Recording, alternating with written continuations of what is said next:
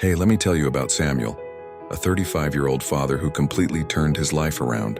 Like many of us, he was stuck in the daily grind, working a job that barely paid the bills.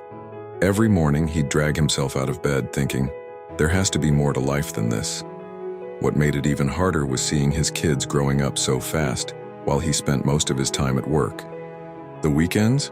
Those were filled with worry about Monday coming around again. His paycheck was stretching thinner and thinner, and the stress was beginning to show on his face. But Samuel had the secret passion that he'd been nurturing since he was young: baking. Every Sunday he'd make these incredible pastries for his family, and the way his children's faces lit up when they smelled fresh bread in the oven. That was pure magic. One day, after a particularly rough shift at work, he came home and made a decision that would change everything. Instead of just dreaming about it, he decided to take the plunge.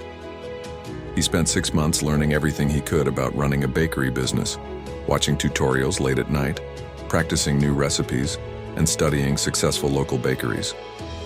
With his savings and a small loan, he opened a tiny bakery in his neighborhood. The first few months were tough, working double shifts, learning to manage inventory, dealing with unexpected challenges. But something beautiful started happening. People weren't just buying his bread. They were coming back for more, bringing their friends, sharing photos of his creations on social media. Now, 2 years later, Samuel's bakery has become a neighborhood landmark. He's hired 3 full-time employees and his revenue has doubled in the past year. But you know what's the best part? When his kids visit him at the bakery after school, they see their dad smiling, proud, and truly happy.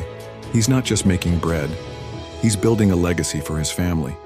Samuel's story reminds us that it's never too late to chase your dreams.